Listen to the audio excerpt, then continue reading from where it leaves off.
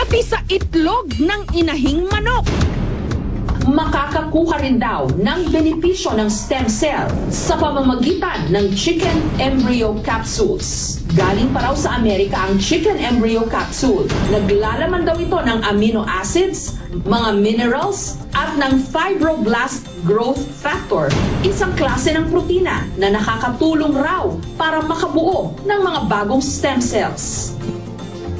Yung cells naman natin na medyo may kapansanan o medyo namamatay, binubuhay o flash. Bukod sa sakit na vertigo, mahigit isang dekada ng pinahihirapan ng diabetes ang 62 anyos na si Cecil. At nitong taon lang, nadiskubre pang meron din siyang stage 1 cancer sa matris. Hinang-hina ako. Akala ko mamamatay na ako. Parang everyday, pababa ng pababa. Lalong-lalo na yung depression ko. Tinitingnan ko sarili ko, awang-awa ako kasi ang laki ng eye bag ko, putlang-putla ko, ang tanda-tanda ko na.